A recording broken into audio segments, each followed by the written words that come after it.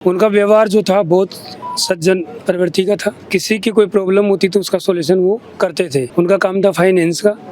Finance के लिए कभी किसी को वो नाजायज परेशान नहीं करते थे। आज जो हम ब्लड दे रहे हैं, क्या मालूम किन किन रोगों में जाके वो दौड़ेगा। ब्लड देना सबसे बड़ा दान है। मैंने अपनी लाइफ में 16 बार ब्लड डोनेट किया है। मैं हर बार अपने जन्मदिन पे ब्लड डोनेट करती हूँ। फाइनेंसर थे वो, फिर भी उनके पास में गरीबों के लिए एक रहम था। कोई इंस्टॉलमेंट ड्यू हो जाती थी, हमारे जैसे एक छोटा सा सामाजिक कार्यकर्ता हूँ मैं, हम उन्हें टेलीफोन करते थे तो वो सहज भाव से हमारी बात मानते थे। जागो पर्ची सरकार जागो, हिंदुओं के लिए आप जो लड़ने वाले रामलला का मंदिर बना करके सिर्फ वोट लेने की राजनीति बंद करो। 2028 में RLB supremo Hanuman ji Beniwal CM बनेंगे, चाहे उसके लिए तन मन धन और चाहे हमारा शीश ही क्यों न पटाना पड़े।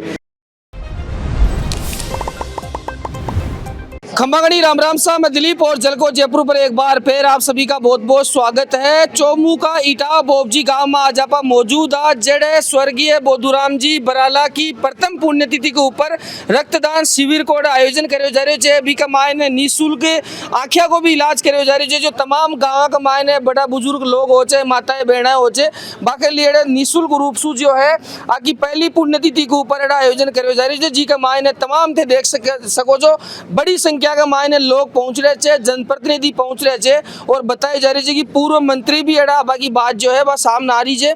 लगातार देखो अड़े जो सरपंच है पहली बासु बातचीत करेला कहीं कुछ कहना चाहिए तो बड़ो रक्तदान को आयोजन करे हुआ आज। सबसे पहले तो मैं मेरे बड़े भाई स्वर्गीय श्री बोधूराम को श्रद्धांजलि अर्पित करता हूँ।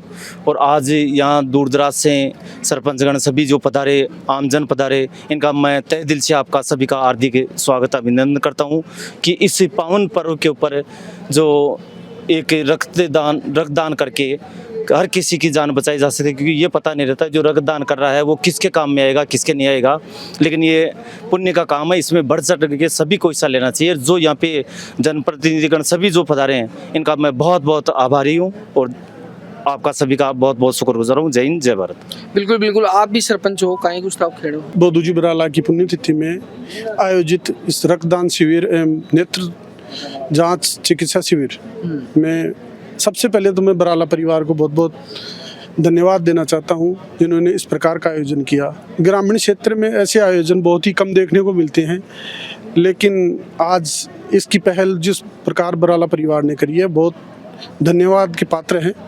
और रक्तदान के माध्यम से हम किसी भी ऐसे अनजान व्यक्ति की जान बचा सकते हैं जिसको हम जानते पहचानते नहीं।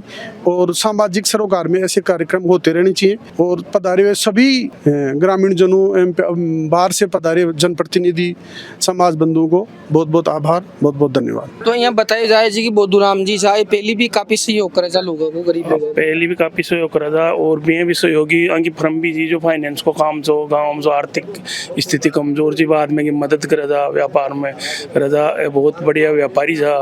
अभी ये चीज़ की क्षति तो परिवार कौन सहन कर सके, किंतु ये को पुण्य कार्य कर और आबड़ी पीढ़ी के लिए एक संदेश दे वो जाओ जाए कि भाई चलो वो आजीवन लोगों के मन में विश्वास रह लो कि वो की स्मृति बनी रहे। परिवार वालों ने पिछले 15 दिन से इस रक्तदान शिविर और निःशुल्क नेत्र चिकित्सा शिविर के लिए जो भरपूर मेहनत करके आज इतना बड़ा योगदान किया है, ये वास्तव में एक पुण्य काम है। परिवार में गरीब वर्ग को, निर्धन लोगों को आज एक ब्लड का पाउच मिलेगा तो कितनी कमी है, अच्छे लोगों के काम आएगा और ये एक अच्छा काम है, सराहनीय कार्य है। बिल्कुल बिल्कुल, गाँव का भी तमाम बड़े लोग मौजूद है। जी बोधूराम जी की बात करा पहली किया कहीं को विवाह छोड़ लोगों की किया कहीं मदद करा जा, क्योंकि आज जो कार हुआ को जुड़ रहे से बिन देख रहे लाग रही है बहुत कुछ कमाल लेकर। देखो बोधूराम जी बराला मेरे बड़े भाई के समान थे। काफ़ी हमारी मुलाकात होती थी। जब भी वो अपने ऑफिस से फ्री होके आते लगभग हम मिलते थे। उनका व्यवहार जो था बहुत सज्जन प्रवृत्ति का था। किसी की कोई प्रॉब्लम होती तो उसका सॉल्यूशन वो करते थे। उनका काम था फाइनेंस का।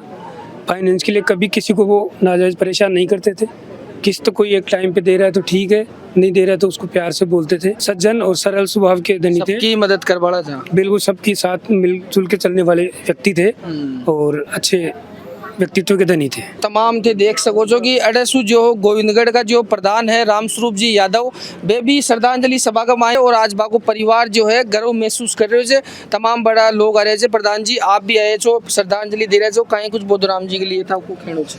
बोधुराम जी बहुत बढ़िया लड़का था और उसने खूब बढ़िया काम किए और उसकी याद में आज उसको श्रद्धांजलि देने के लिए यहाँ आए और उसको श्रद्धांजलि दे रहे हैं और उनके कामों को याद कर रहे हैं। बढ़िया काम किया। तो जी हाँ इटावा गांव का मायने तरह बड़ा बढ़िया आदमी था, तो जी हाँ थे भी जनप्रतिनिधि जो अब कहीं कुछ था कि द्वारा रूपरेखा रची जाए लिखी कि प्रतिमा गांव में बनाई जाए या कहीं। हाँ, उस चीज में भी मैं तो सहमत हूँ, लेकिन वो तो गाँव का मामला है भाई। गाँव वाले कुछ करते हैं या करेंगे तो मेरी तरफ से पूरा सहयोग रहेगा। बस जो भी गाँव वाले करना चाहते हैं, जो कोई बढ़िया काम करना चाहते हैं, उसके लिए मेरा तो पूरा सहयोग गांव के साथ हूं मैं तो, और गांव के लिए रहेगा। स्वर्गीय श्री बोधुराम जी मेरे बेटे के समान थे, मेरे पास पढ़े हैं।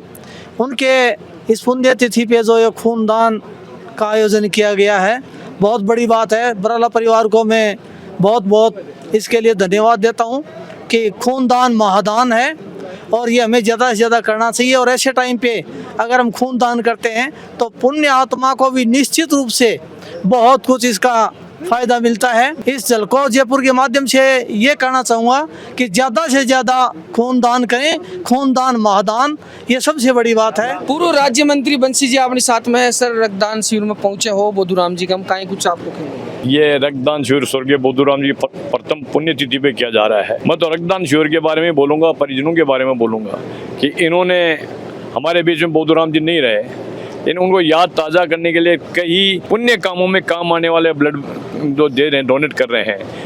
आज जो हम ब्लड दे रहे हैं क्या मालूम किन किन रोगों में जाके वो दौड़ेगा। ब्लड देना सबसे बड़ा दान है और जितनी दफ़ा कोई यूथ ब्लड दान करेगा उतना ही ज़्यादा स्वस्थ रहेगा। चौमू की लोकप्रिय महिला नेता है सुषमा जी यादव जो आजकल काफी चर्चा में रहे थे भी पहुंचे हो, कहीं कुछ आपको कहना? आज हम भाई जो बोधुराम जी बराला है श्याम भक्त थे और उनके नेक विचार जिनकी वजह से, क्योंकि जो कहते हैं कि अच्छा जो लोग होते हैं ना भगवान को उनकी भी जरूरत होती है, तो उनकी पुण्य तिथि पे एक विशाल रक्तदान शिविर का आयोजन किया गया जिसमें मुझे भी यहाँ आने का सौभाग्य मिला। और इस तरह के मैं ये मानती हूँ कि शायद राजस्थान में सबसे ज़्यादा जो ब्लड शिविर लगाए जाते हैं, रक्तदान शिविर लगाए जाते हैं, बहुत अच्छा। इससे कोई पुण्य काम नहीं हो सकता।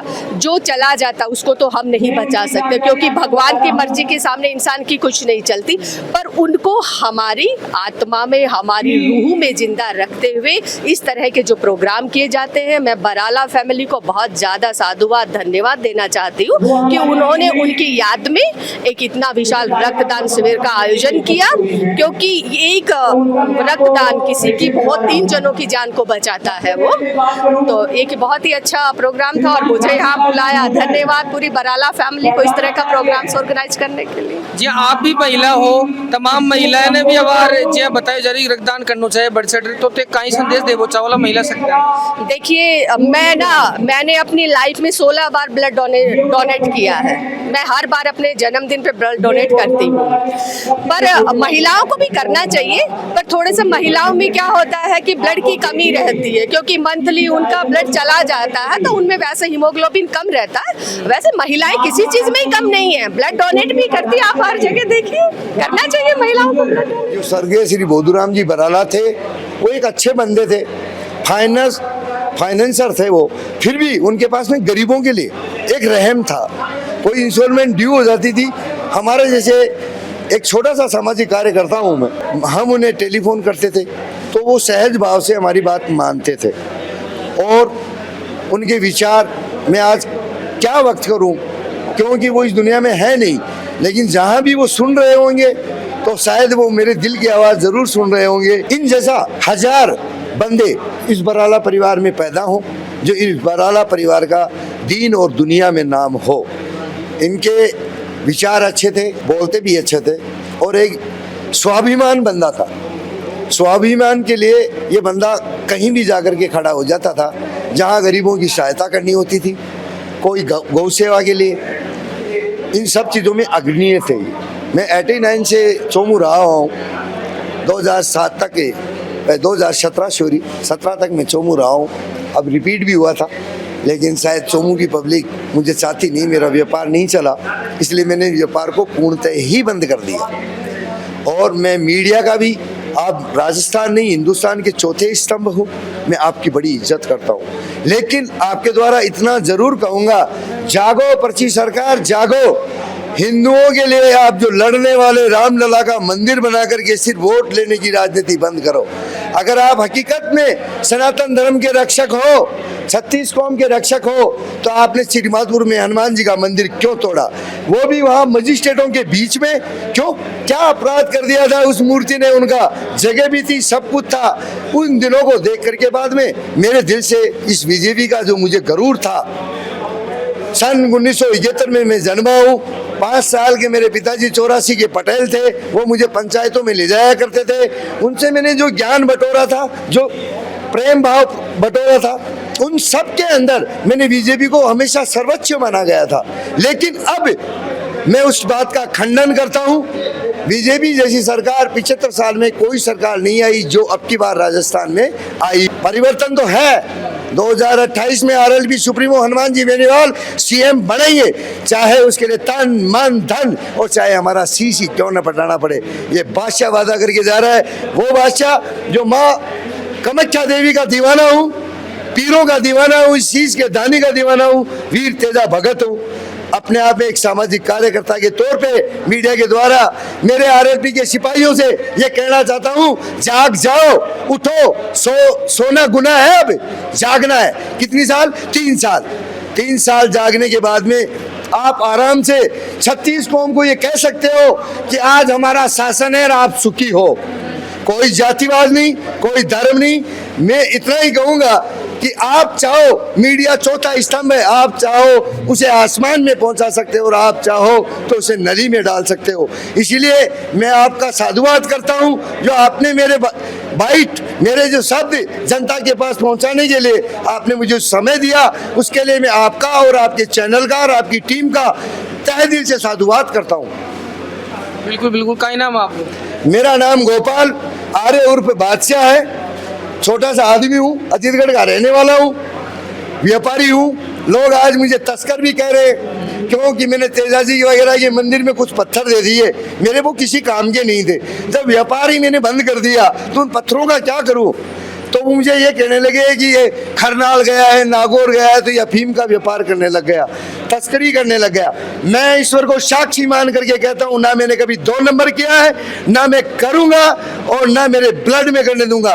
मेरे 5 डॉक्टर हैं, 6ठी मेरी पुत्रवधू डॉक्टर है, 2 बच्चे मेरे लॉ कर चुके और 9 नंबर का बच्चा, मेरा बच्चा IIT फाइट कर चुका, जिसे दिल्ली नहीं मिलने की वजह से वो दोबारा रिपीट कर रहा है। मैं, मेरी प्रजा का और मेरे समाज का आशीर्वाद इतना दिया हुआ है, मुझे 2 नंबर तो दूर, मैं 1 नंबर को भी ऐसे लुटाऊंगा।